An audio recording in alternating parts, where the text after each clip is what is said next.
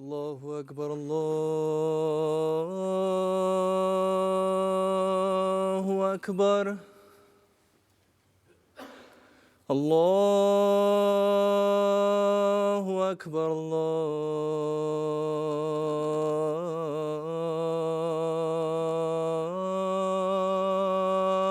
الله أكبر أشهد أن لا إله إلا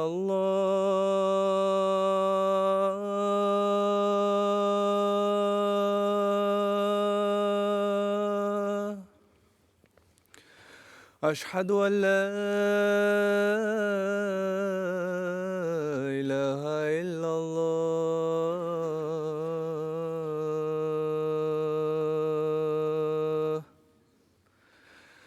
أشهد أن محمدا رسول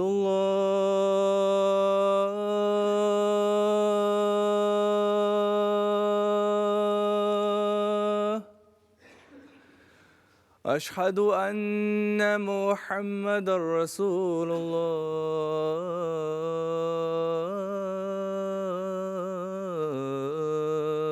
الله هيا على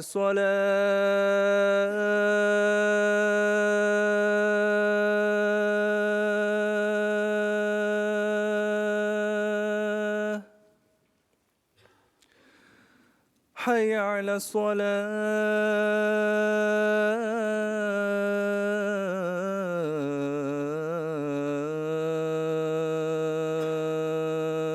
الصلاة هيا على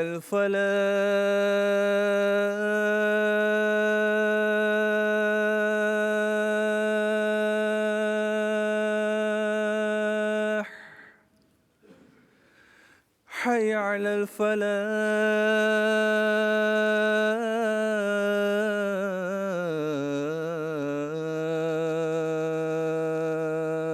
الفلاح الله أكبر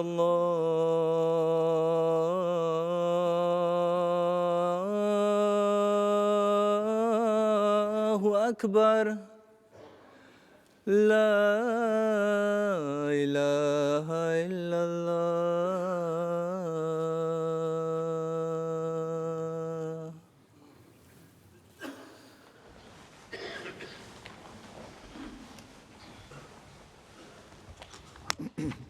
السلام عليكم ورحمة الله.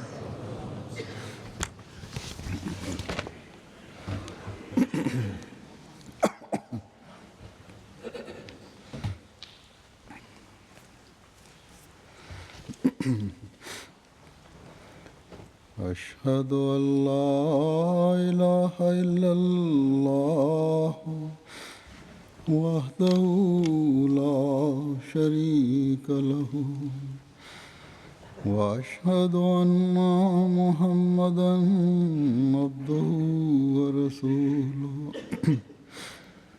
أما بعد فأعوذ بالله من الشيطان الرجيم بسم الله الرحمن الرحيم الحمد لله رب العالمين الرحمن الرحيم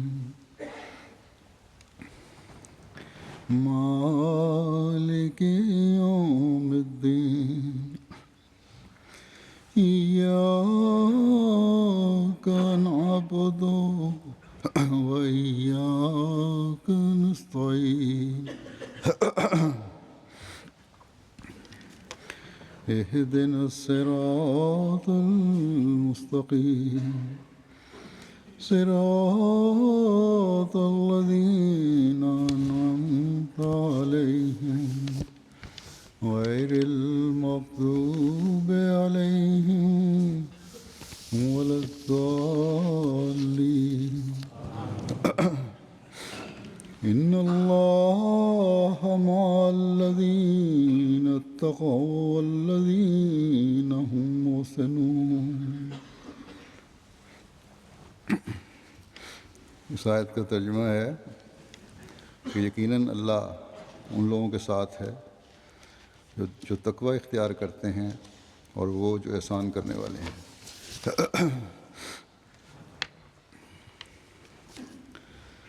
حضرت مسیح موعود علیہ الصلوۃ والسلام فرماتے ہیں کہ قرآن شریف میں تمام احکام کی نسبت تقوی اور پرہیزگاری کے لیے بڑی تاکید ہے۔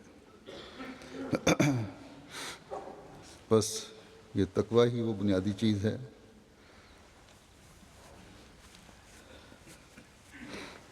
جو خدا تعالیٰ کا قرب دلاتی ہے۔ اس آیت میں جو میں نے تلاوت کی ہے، جیسا کہ سب نے سن لیا، ترجمہ میں نے بیان کر دیا کہ اللہ تعالیٰ فرماتا ہے کہ ان اللہ مع الذین اتقوا، کہ یقیناً اللہ تعالیٰ ان لوگوں کے ساتھ ہوتا ہے جنہوں نے تقوی اختیار کیا۔ پہلی بات یہ بیان کی گئی۔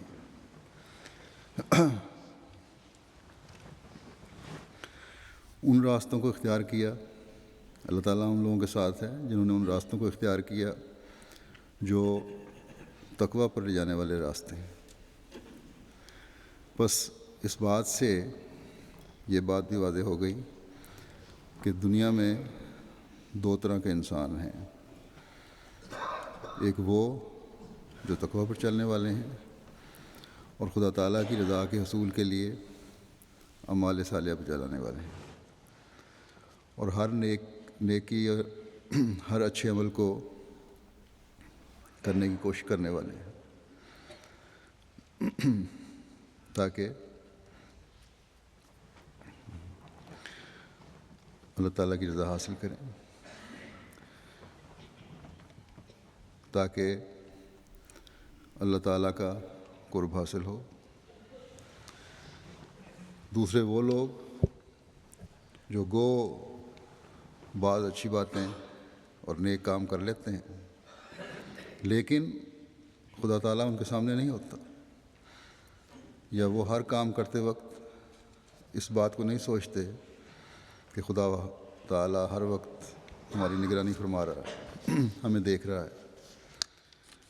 اس دوسری قسم میں وہ لوگ بھی ہیں جو خدا تعالیٰ پر یقین رکھتے ہیں، یا کم از کم اتنا مانتے ہیں کہ ایک خدا ہے جو زمین و آسمان کا پیدا کرنے والا ہے، لیکن کوئی کام کرتے ہوئے، کوئی عمل کرتے ہوئے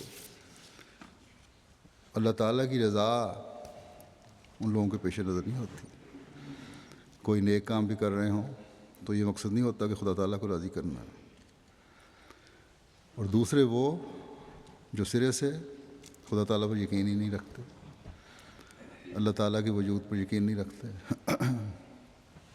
اللہ تعالیٰ کے وجود کے منکر ہیں۔ ان دونوں قسم کے لوگوں کے ساتھ اللہ تعالیٰ فرماتا ہے کہ میں نہیں ہوتا، میں ان لوگوں کے ساتھ ہوتا ہوں جو پہلی قسم کے لوگ ہیں، جو تقوی پر چلنے والے ہیں۔ لیکن اللہ تعالیٰ کی صفت ربوبیت تقوی پر نہ چلنے والوں کو بھی بعض چیزوں سے، بعض نعمتوں سے اتنا ہی نواز رہی ہوتی ہے جتنا ایک متقی کو، لیکن یہ صرف دنیاوی چیزوں میں حصہ ہے۔ مثلاً سورج کی روشنی ہے، ہوا ہے، ان چیزوں سے ایک مومن متقی بھی اتنا ہی فیض پا رہا ہوتا ہے جتنا ایک دہریہ۔ یا دنیاوی چیزیں ہیں، مثلاً سائنس میں ترقی سے، یا نئی جو دنیاوی تعلیم ہے، تجربات ہیں، نئی ایجادات ہیں، ان کے لیے دماغ لڑانے کے بعد ان سے حاصل شدہ نتائج سے ایک دہریہ بھی محنت کا اتنا ہی پھل لے گا جتنا کہ ایک متقی اور پرہیزگار۔ زمین کی کاشت کرنے میں سے مثلاً ہے، محنت ہے، اس میں ایک ذمہ دار کی، اس سے ایک دہریہ بھی فائدہ اٹھاتا ہے اور متقی بھی۔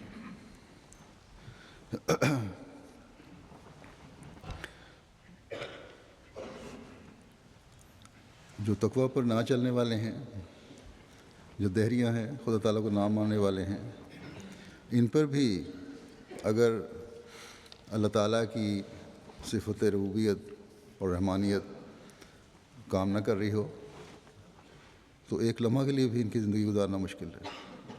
بس جس انسان کو اللہ تعالیٰ نے اس دنیا میں پیدا کیا ان کے لیے دو راستے رکھے، نیکی کا اور بدی کا، لیکن بعض معاملات میں ان دونوں طرح کے عمل کرنے والوں کو بعض نعمتوں سے مشترکہ طور پر نواز رہا ہے۔ بہرحال یہاں یہ بات واضح ہے کہ اللہ تعالیٰ اپنی جو قانون قدرت ہے ہر ایک کے لیے ایک رکھتا ہے، لیکن یہاں اتنی بھی وضاحت ہونی چاہیے کر دوں میں کہ اللہ تعالیٰ اپنی قدرت کا جلوہ دکھانے کے لیے ایک ہی قسم کے حالات میں بعض اوقات مومن متقی کی کوشش کو زیادہ پھل لگاتا ہے۔ بظاہر ایک جیسی نظر آنے والی مثلا ذمہ داری میں ایک جیسی نظر آنے والی فصل ہے، وہ دعاؤں کی وجہ سے پیداوار زیادہ ہو جاتی ہے اس کی۔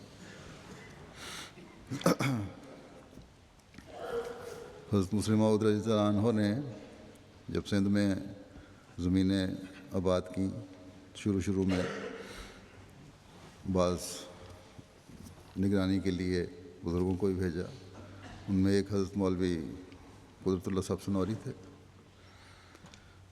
ایک دفعہ پہلے بھی میں بیان کر چکا ہوں یہ کہ ایک دفعہ حضرت مسلم موعود رضی اللہ تعالیٰ عنہ دورے پر تشریف لے گئے، فصل دیکھ رہے تھے کپاس کی، تو انہوں نے پوچھا حضرت مولوی صاحب سے، یہ صحابی بھی تھے، کہ اس میں سے کیا اندازہ ہے کتنی فصل نکل آئے گی؟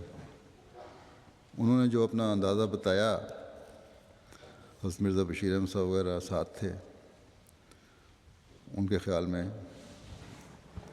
یہ غلط تھا۔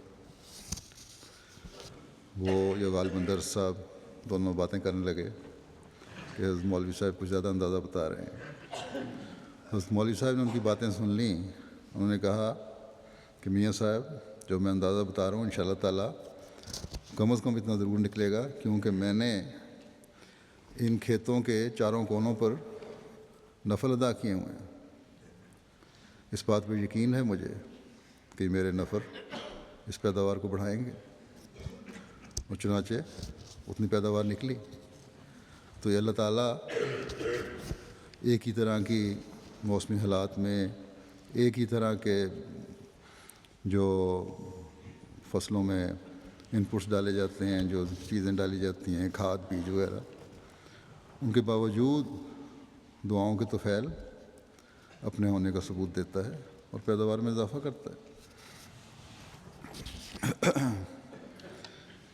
دنیا کے معاملات میں بھی اس معیت کا، اللہ تعالیٰ کی معیت کا ثبوت مل جاتا ہے ایک متقی کو۔ لیکن اس مادی دنیا کے علاوہ خدا تعالیٰ پر یقین رکھنے والے، اس پر کامل ایمان رکھنے والے شخص کی ایک روحانی دنیا ہے، جس کے فائدے، جس کی لذات دنیا والوں کو نظر نہیں آتی اور نہ آ سکتی ہیں۔ ان لوگوں کی سوچ جو تقوی پر چلنے والے ہیں بہت بلند ہوتی ہے، وہ اس دنیا سے آگے جا کر بھی سوچتے ہیں، غیب پر ایمان لاتے ہیں، آخرت پر یقین رکھتے ہیں، خدا تعالیٰ کے وعدوں پر کامل ایمان اور یقین ہوتا ہے۔ جب دعا کے لیے ہاتھ اٹھاتے ہیں تو قبولیت کے نشان دیکھتے ہیں۔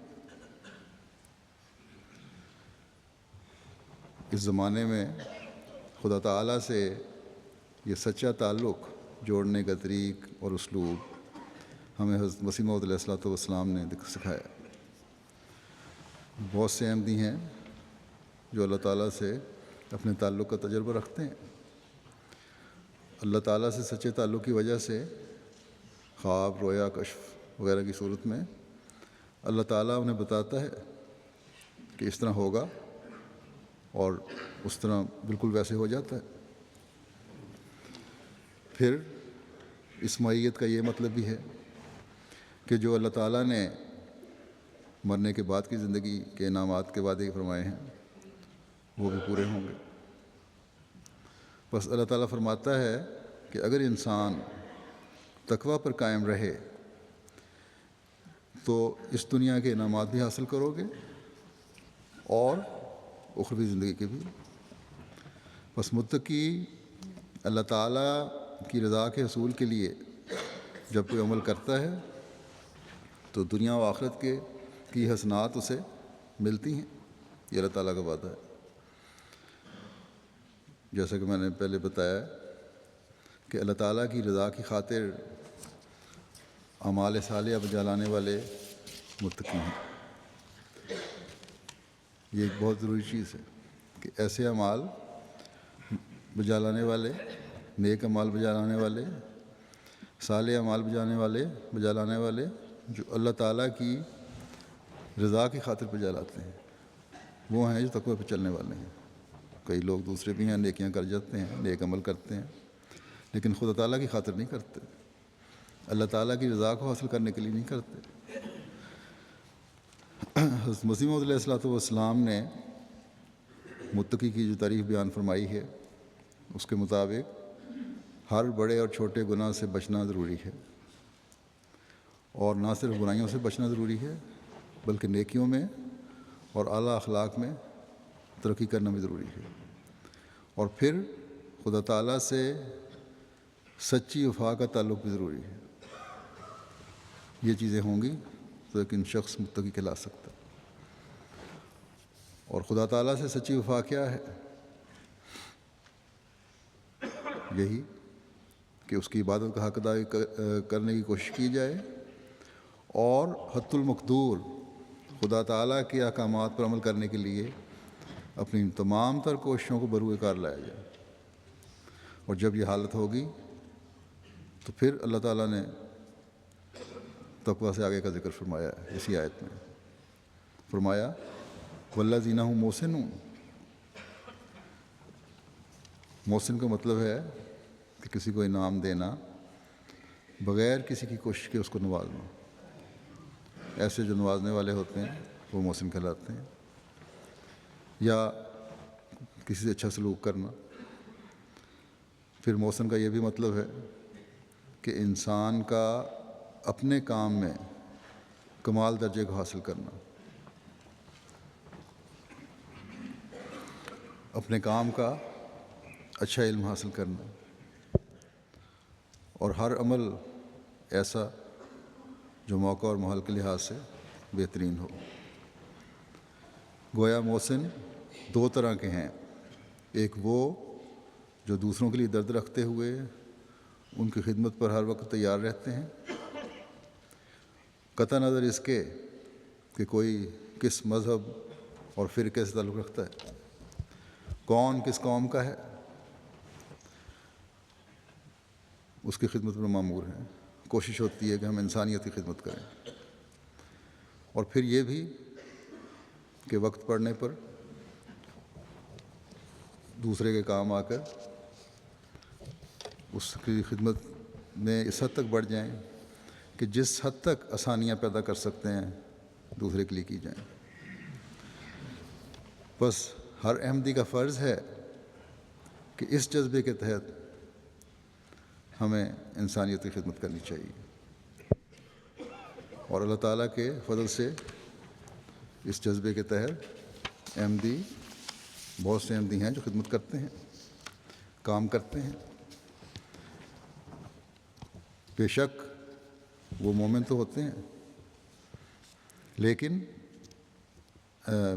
محسن تو ہوتے ہیں، لیکن احسان جتانے والے نہیں ہوتے۔ محسن وہ نہیں جو احسان کر کے احسان جتائے، کیونکہ اگر احسان جتا دیا تو تقوی اور اچھے خلق کا اظہار نہیں ہوگا۔ پھر تقوی تبھی ہے جب احسان کر کے پھر احسان جتایا نہ جائے۔ بس جب ہمارے مثال میں دیتا ہوں، ہمارے انجینئرز ہیں، لڑکے والنٹیئرز جاتے ہیں، نوجوان لڑکے ہیں، ڈاکٹر ہیں یا دوسرے شعبوں سے تعلق رکھنے والے ہیں۔ افریقہ میں مثلاً بہت سارے پروجیکٹس شروع ہیں، ان میں کام کرنے کے لیے جاتے ہیں۔ مقامی محروم لوگوں کو پینے کے پانی مہیا کرنے کے لیے ہینڈ پمپ لگا رہے ہیں، بجلی مہیا کرنے کی کوشش کر رہے ہیں، ان کے لیے اسکول بنا رہے ہیں تاکہ ان کے لیے تعلیم کی سہولتیں آسان ہو جائیں، کلینک اور ہاسپٹل بنا رہے ہیں تاکہ صحت کی سہولیات میں مہیا کرنے کے لیے مہیا ہو کر ان میں آسانیاں پیدا ہوں، ان کی تکلیفوں کو دور کیا جائے۔ اور پھر ہمارے ٹیچر اور ڈاکٹر وہاں کئی سال رہ کر خدمات سر انجام دیتے ہیں۔ نامساعد حالات میں وہاں رہتے ہیں۔ بعض ایسی جگہیں بھی ہیں جہاں بجلی نہیں، پانی نہیں، لیکن وہاں جا کے رہتے ہیں، خدمت کے جذبے کے تحت رہتے ہیں۔ ان لوگوں میں شمار ہونے کے لیے جاتے ہیں وہاں جن کا شمار محسنین میں ہوتا ہے۔ تو یہ وہ خدمت اور نیک سلوک ہے جو کسی معاوضے کی لالچ میں نہیں ہوتا، بلکہ خالصتاً اللہ تعالیٰ کا تقوی دل میں رکھتے ہوئے انسانیت کی خدمت کے لیے ہوتا ہے۔ اسی طرح دنیا کے مختلف ممالک میں جو طوفان اور زلزلے وغیرہ آتے ہیں، وہاں بھی ہمارے ڈاکٹر اور والنٹیئر جاتے ہیں، ہیومینٹی فرسٹ کے تحت خدمت سر انجام دیتے ہیں، اور کسی لالچ کے لیے نہیں جاتے، بلکہ خالصتاً اللہ تعالیٰ کی رضا حاصل کرنے کے لیے جاتے ہیں۔ اور بھی بہت سارے لوگ ہیں جو خدمت کر رہے ہوں گے، لیکن ان کے پیش نظر اللہ تعالیٰ کی رضا نہیں ہوتی۔ تو جو لوگ خدمت کر رہے ہیں، نیک سلوک کر رہے ہیں، اپنے علم اور عمل سے دوسروں کے فائدہ پہنچا رہے ہیں، اور صرف اس لیے کہ خدا تعالیٰ کو راضی کرنا ہے، تو یہ وہ لوگ ہوتے ہیں جو متقی بھی ہیں اور محسن بھی ہیں۔ جیسا کہ میں پہلے بھی خود میں بتا چکا ہوں کہ احمدی انجینئرز جو ہیں، انہوں نے بورکینا فاسو میں ایک ماڈل ولیج بنایا جس میں بجلی، پانی کی سہولت ہے، پکے footpath, street lights, community centre جو مقامی ضرورت کو پورا کرنے والا ہے، جمع ہو کے اپنے فنکشن کرتے ہیں اس میں۔ اسی طرح چھوٹے سے گرین ہاؤس ہیں جس میں سبزیاں وغیرہ لگائی جاتی ہیں جو مقامی ضرورت کو پورا کر سکیں، اس کو پانی مہیا کرنا اریگیشن کے لیے۔ اسی طرح ہینڈ پمپ وغیرہ مختلف دیہاتوں میں لگا رہے ہیں ہمارے آدمی۔ تو جب یہ کام کر رہے ہوتے ہیں، کام مکمل ہو جاتا ہے، تو وہاں کے مقامی لوگوں کی خوشی جو ہوتی ہے وہ دیکھنے والی ہوتی ہے۔ جب یہ تصویریں لے کے آتے ہیں یہاں تو احساس ہوتا ہے کہ کتنا بڑا کام ہے جس کو ہم تو معمولی سمجھ رہے تھے، لیکن ان لوگوں کے نزدیک اس کی کتنی اہمیت ہے، کس طرح خوشی ہے ان کے چہروں پر۔ جو 5 میل سے ایک بالٹی اٹھا کے سر پہ لے کے آ رہا ہو 8-10 سال کا بچہ، اس کے لیے تو ایک نعمت ہے کہ اس کو گھر میں صاف پینے کا پانی مل جائے۔ اب یہ سب کام جو ہے یہ کسی بدلے کے طور پر تو نہیں ہو رہا، اور نہ ہی کبھی احسان جتایا جاتا ہے، بلکہ ہمارے نوجوان اور انجینئر جب کام کر کے واپس آتے ہیں تو شکر گزار ہوتے ہیں کہ ہمیں آپ نے موقع دیا، ہمیں اور یہ بھی وعدہ کرتے ہیں کہ انشاءاللہ تعالیٰ آئندہ بھی جائیں گے۔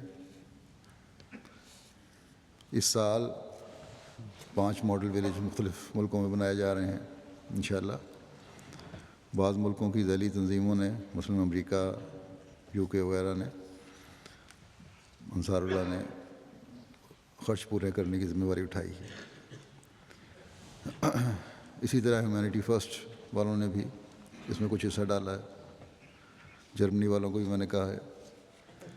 تو یہ جذبہ یہ خدمت ان کام کرنے والوں کو محسنین میں شمار کرتا ہے، اور اسی طرح جو اس خدمت کے لیے فنڈ مہیا کرتے ہیں وہ بھی ان میں شمار ہو جاتے ہیں۔ ایک احمدی جس نے زمانے کے امام کو ماننا ہے، تقویٰ پر چلنے کا عہد کیا ہے، حت المقدور اس تقویٰ پر چلنے کے حصول کی کوشش بھی کرتا ہے، اور محسنین میں شامل ہونے کی کوشش بھی کرتا ہے، تو خدا تعالیٰ فرماتا ہے کہ میں ایسے لوگوں کے ساتھ ہوں، ایسے لوگوں کے میں ہمیشہ ساتھ رہتا ہوں۔ جب ہمارے لڑکے، جن کا میں نے کہا یہ کام کر کے واپس آتے ہیں، تو خود بھی بیان کرتے ہیں کہ ہمارے کاموں میں کس طرح بعض مشکلات بعض دفعہ پیش آئیں، اور کس طرح اللہ تعالیٰ نے اپنی قدرت کا جلوہ دکھایا اور نامعلوم طریقے سے، غیر محسوس طریقے سے انہیں حل کر دیا ان مسائل کو، اور اس سے وہ کہتے ہیں ہمارا اللہ تعالیٰ کی ہستی پر مزید یقین بڑھتا ہے۔ اسی طرح جیسا کہ میں نے کہا، محسنین کا یہ مطلب بھی ہے کہ اپنی بھی فکر کرنا اور اپنے علم و عرفان کو بھی کمال تک پہنچانے کی کوشش کرنا، یہ احسان اپنے پر بھی ہے۔ نیک صالح عمل کو اپنی زندگی کا حصہ بنانا، یہ بھی اس کا ایک مطلب ہے، اور اس میں بڑھنا اور پھر یہ کہ علم و معرفت سے خود بھی فائدہ اٹھاتے ہوئے اس کو اپنی زندگی پر لاگو کرنا اور دوسروں کو بھی فائدہ پہنچانا۔ جتنا جتنا علم و معرفت زیادہ ہوگا اور پھر اس سے دوسروں کو فائدہ پہنچانے کی کوشش بھی ہوگی، تو پھر اس سے محسنین میں شامل ہونے کی ایک اور معراج ملتی ہے، قدم پھر آگے بڑھتے ہیں، ایک نئے راستے کا تعین ہوتا ہے جو مزید روحانی اور اخلاقی ترقی کی طرف لے کے جاتا ہے۔ اور جب یہ روحانی اور اخلاقی ترقی ہوتی ہے تو پھر اللہ تعالیٰ کی معیت کے نئے زاویے بھی نظر آتے ہیں۔ اللہ تعالیٰ سے قرب کا تعلق بڑھتا ہے، اس کی صفات کا مزید ادراک پیدا ہوتا ہے، اور پھر تقویٰ میں بھی ترقی ہوتی ہے۔ گویا کہ ایک سائیکل ہے، ایک چکر ہے جو نیکیوں سے کے ارد گرد گھومتے ہوئے تقویٰ کے اعلیٰ مدارج تک لے جاتے ہوئے خدا تعالیٰ تک لے جاتا ہے، اور خدا تعالیٰ کی طرف سے پھر توفیق بڑھتی ہے، پھر مزید نیکیوں کی طرف توجہ پیدا ہوتی ہے، اور پھر نتیجتاً حقوق اللہ اور حقوق العباد کی ادائیگی کا زیادہ عرفان حاصل ہوتا ہے۔ تو ان چیزوں سے، ان باتوں سے یہ وہ احسان ہے، محسن بننا ہے جو اللہ تعالیٰ ایک انسان کو بناتا ہے۔ جو احسان جتانے والے محسن نہیں ہوتے، بلکہ دوسروں کی خاطر قربانی کر کے اپنے اوپر سختی وارد کرتے ہیں اور اپنے حقوق چھوڑتے ہیں، پھر وہ اس اصول پر چلتے ہیں کہ اپنے حقوق لینے پر زور نہ دو، بلکہ دوسرے کے حقوق کی ادائیگی کی طرف توجہ دو۔ میں اکثر غیروں کے سامنے، جو بھی لیڈر ملتے ہیں یا دنیا دار بعض لوگ یہ اسلام پہ اعتراض کرنے والے یا اسلام کی تعلیم کو سے پوری طرح واقفیت نہ رکھنے والے، ان کے سامنے یہ بات ہی پیش کرتا ہوں کہ دنیا والوں کا تمام زور اس بات پر ہے کہ ہمارے حقوق ادا کرو، اور اپنے حقوق کا ایک معیار قائم کر کے پھر اس کے حاصل کرنے کے لیے جو بھی بن پڑتا ہے وہ کرتے ہیں، اور اس کے نتیجہ میں نہ حقوق مانگنے والا انصاف سے اور تقوی سے کام لیتا ہے، اور نہ حقوق دینے والا انصاف اور تقوی سے کام لیتا ہے، جس میں مسلمان بھی شامل ہیں، غیر مسلم بھی شامل ہیں، اور نتیجتاً فساد پیدا ہوتا ہے۔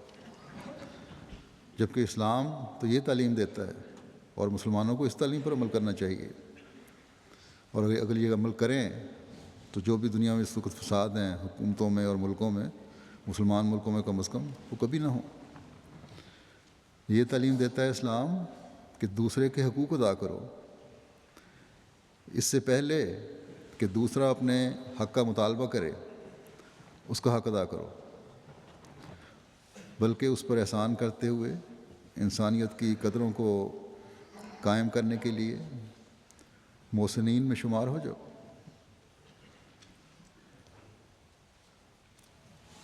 ان کو ان کی ضروریات کا بڑھ کر خیال رکھو۔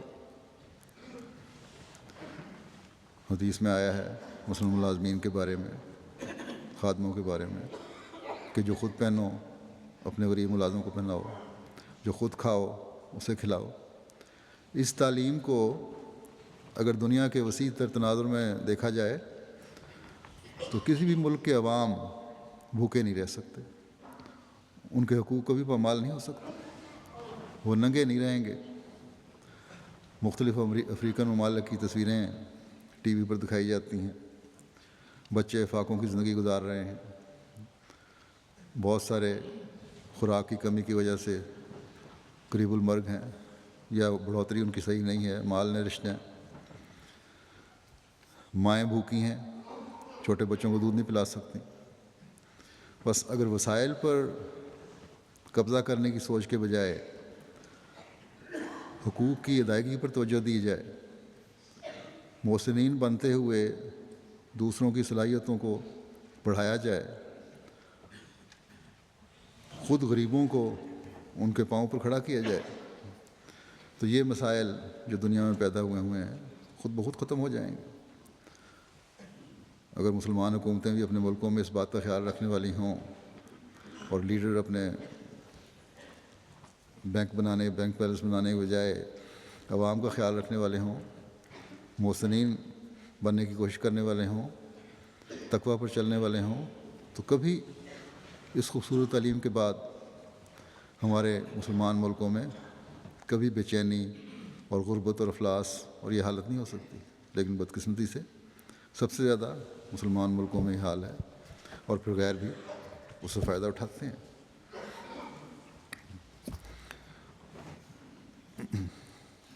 تو جب بھی میں نے یہ بیان کیا لوگوں کے سامنے کہ اگر یہ صورتحال ہو، تم لوگ بھی اگر انصاف سے کام لیتے ہوئے کام کرو، تو یہ جو مسائل دنیا میں پیدا ہوئے ہیں یہ خود بخود ختم ہو جائیں گے۔ اس پر اکثر یہی کہتے ہیں کہ اصل یہی چیز ہے، اور یہ بڑی اسلام کی خوبصورت تعلیم ہے، لیکن جب اپنی مجلسوں میں واپس جاتے ہیں تو پھر ذاتی مفادات آڑے آ جاتے ہیں، یعنی ملکی اور قومی مفادات کی دوڑ شروع ہو جاتی ہے۔ ملکی مفادات ضرور ہونے چاہیے اگر وہ حق اور انصاف پر قائم رہتے ہوئے ہوں، دوسروں کو حق مار کے نہ ہوں، تو پھر ضرور ان پر عمل ہونا چاہیے۔ اور ظاہر ہے کہ پہلے خود انسان اپنے آپ کو سنبھالتا ہے، اسی طرح ملکوں کا فرض ہے کہ اپنے آپ کو سنبھالیں، لیکن دوسروں کے دولت پر قبضہ کرنے کے لیے اپنے ملکی مفادات کی آڑ کے بہانے بنانا، یہ چیز غلط ہے۔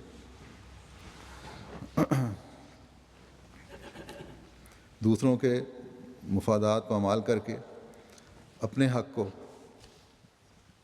نام نہاد حق کو حاصل کرنے کی کوشش کرنا، یہ غلط ہے۔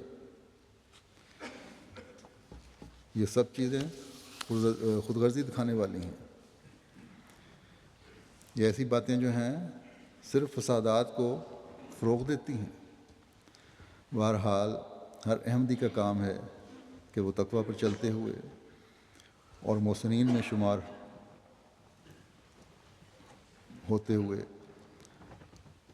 اللہ تعالیٰ کے قرب کے نظارے دیکھنے کی کوشش کرے، اللہ تعالیٰ کی معیت میں آنے کی کوشش کرے۔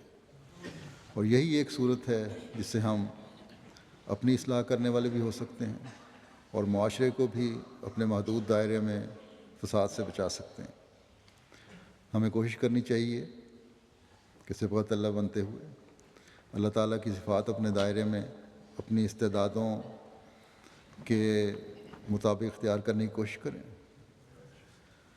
حقوق العباد کی ادائیگی میں کی طرف توجہ دیں، ادائیگی کے لیے تیار رہیں، تو یہ دنیا کی نعمتیں ہماری خادم بن جائیں گی۔ ہماری زندگی میں ان دنیاوی چیزوں کی حیثیت ثانوی ہو جائے گی، اور پھر وہی بات کہ پھر تقویٰ میں ترقی ہوگی جب خالصتاً اللہ تعالیٰ کی خاطر انسان یہ کام کر رہا ہوگا۔ غرض کہ جس زاویے سے بھی ہم دیکھیں، ہماری سوچوں کا محور خدا تعالیٰ کی رضا ہونا چاہیے۔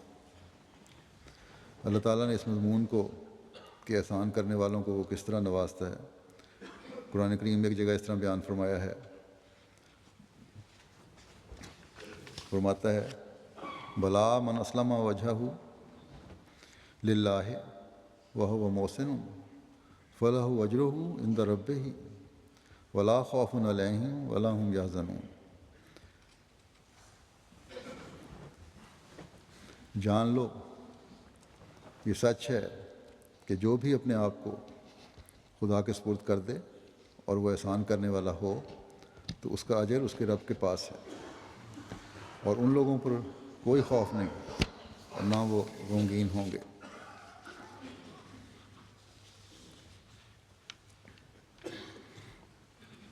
بس اللہ تعالیٰ فرماتا ہے کہ جب تمہارا محور میری ذات ہو جائے گا، صرف میرے ارد گرد تم گھومو گے، میری رضا کا حصول ہو جائے گا، کلیتاً جب ایک مومن متقی بندہ اپنے آپ کو خدا تعالیٰ کے سپرد کر دیتا ہے تو پھر اللہ تعالیٰ خود اس کا متکفل ہو جاتا ہے، اس کے تمام غم ختم ہو جاتے ہیں، اس کی تمام فکریں اور خوف بے حیثیت ہو جاتے ہیں۔ جو شخص اپنا سب کچھ اللہ تعالیٰ کے سپرد کرتے ہوئے اس کے آگے خالص ہو کر جھکنے والا بن جائے، محسن ہوتے ہوئے اپنی تمام تر صلاحیتیں خدمت خلق اور خدمت انسانیت کے لیے صرف کر دے، تو اس کو کیا غم اور خوف ہوگا؟ یہ دونوں کام ایسے ہیں جو بندے کو خدا تعالیٰ کی پیار کی آغوش میں لے آتے ہیں، حقیقی تقویٰ کی پہچان ہے۔ حضرت مسیح علیہ الصلوۃ والسلام ایک جگہ فرماتے ہیں کہ متقی بننے کے واسطے یہ ضروری ہے کہ بعد اس کے کہ موٹی باتیں جیسے زنا، چوری، تلف حقوق، ریا، عجب، حقارت، بخل کے ترک میں پکا ہو تو اخلاق رذیلہ سے پرہیز کر کے ان کے بالمقابل اخلاق فاضلہ میں ترقی کرے، لوگوں سے محبت، خوش خلقی، ہمدردی سے پیش آوے، خدا تعالیٰ کے ساتھ سچی وفا اور صدق دکھلاوے، خدا کے مقام میں محمود تلاش کرے۔ ان باتوں سے انسان متقی کہلاتا ہے، اور جو لوگ ان باتوں کے جامع ہوتے ہیں وہی اصل متقی ہوتے ہیں۔ یعنی اگر ایک خلق فرداً کسی میں ہو تو اسے متقی نہ کہیں گے جب تک بحیثیت مجموعی اخلاق فاضلہ اس میں نہ ہوں، اور ایسے ہی شخصوں کے لیے لا خوف علیہم ولا هم یحزنون ہے، اور اس کے بعد ان کو کیا چاہیے؟ اللہ تعالیٰ ایسوں کا متولی ہو جاتا ہے، جیسا کہ وہ فرماتا ہے وَهُوَ يَتَوَلَّى الصَّالِحِينَ، یعنی ان نیکیوں کے ساتھ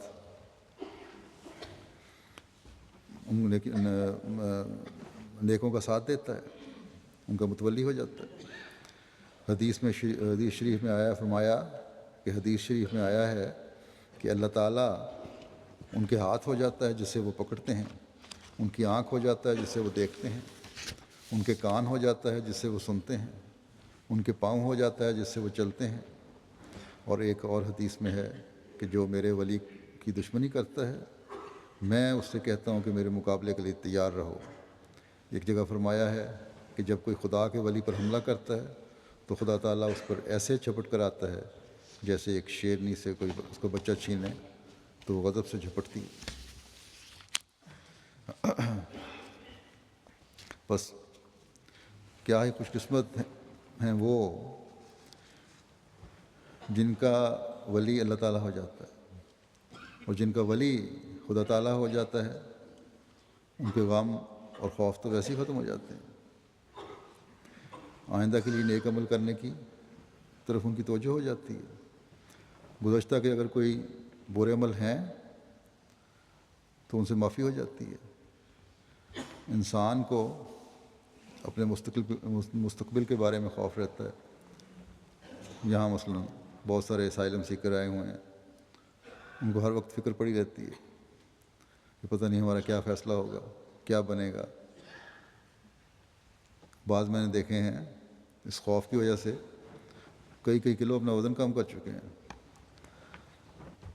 ملتے ہیں تو چہرے پہ ہوائیاں اڑ رہی ہوتی ہیں۔ کوئی اپنے بزنس کے حالات کی وجہ سے پریشان ہے، خوف زدہ رہتا ہے کہ پتہ نہیں آئندہ کیا ہوگا۔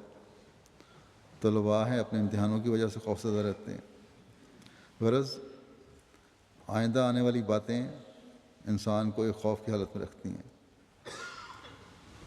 جب تک کہ ان کے نتائج ان پر ظاہر نہ ہو جائیں۔ اسی طرح حزن ہے یا غم ہے، یہ گزری ہوئی باتوں کا ہوتا ہے۔ جتنا بڑا غم ہو اتنا ہی زیادہ غمگین انسان رہتا ہے۔ بعض دنیا دار اپنے کاروباروں کے نقصان میں اس قدر غمگین ہو جاتے ہیں کہ مستقل روگ لگا لیتے ہیں اس کو۔ بعض دماغی توازن کھو بیٹھتے ہیں، بعض پر دل کے ایسے حملے ہوتے ہیں کہ مستقل بستر پر لیٹ جاتے ہیں یا دنیا سے رخصت ہو جاتے ہیں۔ بہرحال ایک متقی مومن اور احسان کرنے والے کے بارے میں اللہ تعالیٰ فرماتا ہے کہ ان کو نہ کوئی خوف ہوگا نہ غم۔ ایک دیندار انسان جس کو خدا تعالیٰ کی صفات کا صحیح ادراک ہے اور اس کے مطابق وہ اپنی زندگی گزارنے کی کوشش کرتا ہے، وہ کبھی بھی دنیا کے غموں کو اپنا روگ نہیں بناتا۔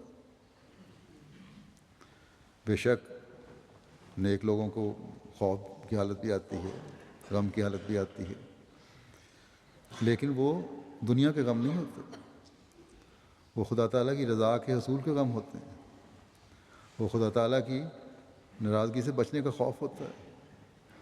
جیسے کہ حضرت مسیح موعود علیہ الصلوۃ والسلام نے فرمایا ایک شعر میں کہ اسی فکر میں رہتے ہیں روز و شب کہ راضی وہ دلدار ہوتا ہے کب۔ بس یہ دلدار کو راضی کرنے کی فکر اور خوف ہوتا ہے۔ ان کی توجہ دعاؤں اور ذکر الہی میں، یہ خوف جو ہے ان کی توجہ دعاؤں اور ذکر الہی کی طرف مبذول کراتا ہے۔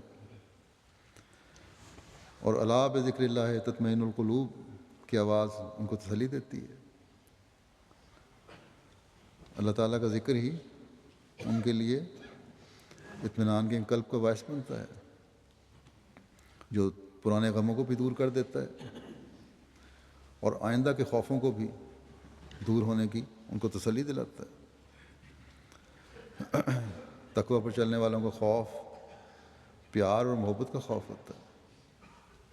تقوی کا مطلب یہ ہے کہ ایسا خوف یا ایسی تڑپ جو اللہ تعالیٰ کی رضا کو حاصل کرنے کے لیے بے چین رکھے۔ بس یہ بے چینی دل کو تقویت دیتی ہے،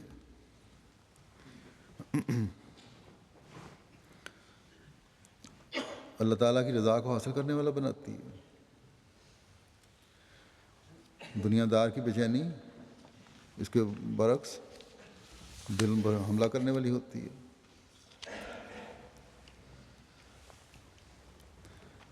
اللہ تعالیٰ کا تقوی اختیار کرنے والا، محسنین میں شمار ہونے والا، حقوق اللہ اور حقوق العباد کی ادائیگی کی طرف توجہ رکھتا ہے اور اپنے اعمال پر نظر رکھتا ہے، اور پھر اللہ تعالیٰ کے فضلوں کا مورد بنتا ہے۔ بس یہ فرق ہے دنیا دار اور دیندار کے غم اور خوف میں۔ بس ایک احمدی کو اپنی حالتوں میں ایسی پاک تبدیلی پیدا کرنے کی ضرورت ہے جو اسے تقوی پر چلائے رکھنے والی ہو اور محسنین میں شمار کروانے والی ہو، تاکہ اللہ تعالیٰ کا قرب ہمیں ہر آن حاصل رہے، جو ہمیں دنیا اور آخرت کے خوفوں سے دور رکھے۔ ہمارے غم اگر کوئی ہیں تو صرف ایسے ہوں جو خدا تعالیٰ کی محبت کو دل میں بسانے کے لیے ہیں۔ اللہ تعالیٰ کے احسانات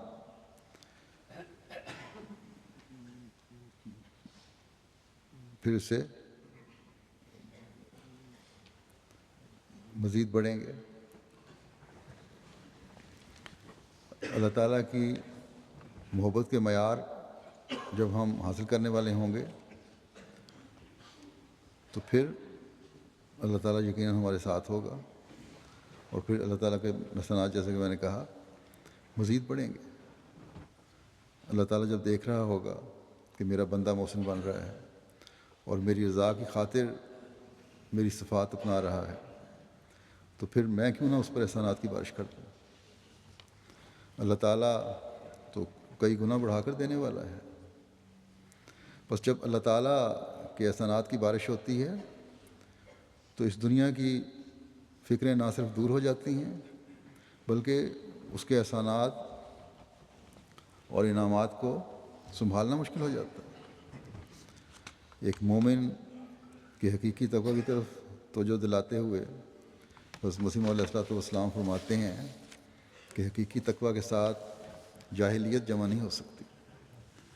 حقیقی تقوی اپنے ساتھ ایک نور رکھتی ہے، جیسا کہ اللہ جل شانہ فرماتا ہے، یا ایھا الذین آمنوا ان تتقوا اللہ یجعل لکم فرقانا ویکفر عنکم سیئاتکم ویجعل لکم نورا تمشون بہ۔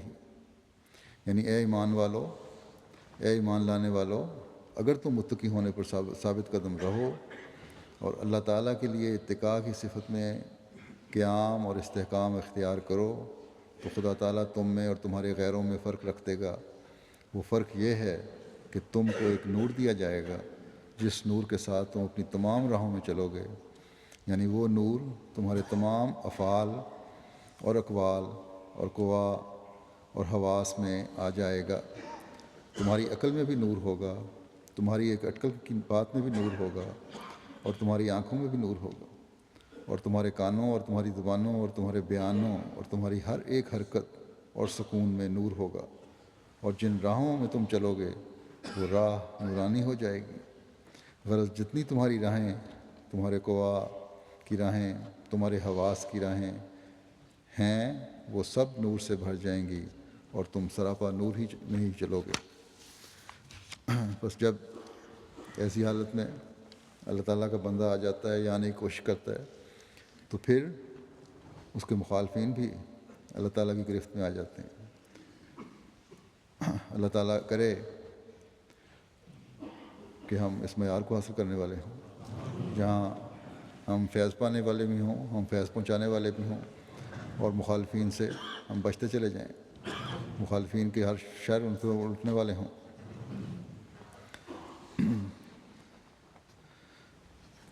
اور جب یہ حالت ہو جائے گی تو جہاں ہم اللہ تعالیٰ کے پیار کو جذب کرنے والے ہوں گے، انسانیت کی خدمت کے لیے بے لوث ہوں گے، اسلام کا پیغام دنیا کو دینے والے ہوں گے،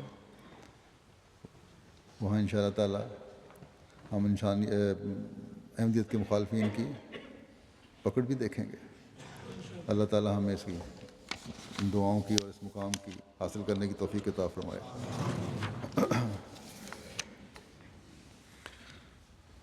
آج بھی میں ایک نماز جنازہ غائب پڑھاؤں گا جو مکرم ڈاکٹر محمد عامر صاحب ڈسپینسر کا ڈاکٹر کراتے تھے، یہ ڈسپینسر ہرنائی بلوچستان کے رہنے والے تھے۔ ان کو 1 دسمبر 2011 کو کلینک میں داخل ہو کر کچھ نامعلوم افراد نے فائرنگ کر کے شہید کر دیا تھا۔ ان کی شہادت کی اطلاع بڑی لیٹ ملی ہے کیونکہ وہاں جماعت نہیں تھی، اس لیے پتہ نہیں لگ سکا، اور ان کی اہلیہ بھی ہرنائی ہسپتال میں کام کر رہی تھی۔ یہ قائد آباد ضلع خوشاب میں جماعت میں شامل ہوئے تھے، اپنے خاندان میں اکیلے احمدی تھے، اور بس ایک ایسی تنظیم سے ان کا تعلق تھا جو پاکستان میں اپنی شدت پسندی بڑی مشہور ہے، اور وہ لوگ کبھی برداشت نہیں کر سکتے کہ ان میں کا کوئی آدمی بیعت کر لے، احمدیت میں شامل ہو جائے۔ بہرحال یہ بھی ایک وجہ ہو سکتی ہے۔ یہ خاندان مظفر گڑھ کا رہنے والا تھا۔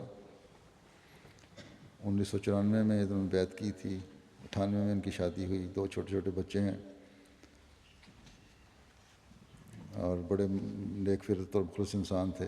اللہ تعالیٰ مرحوم سے مغفرت کا سلوک فرمائے، درجات بلند فرمائے، انہیں اپنی رضا کی جنتوں میں داخل فرمائے، اور ان کے لواحقین کو صبر جمیل عطا فرمائے۔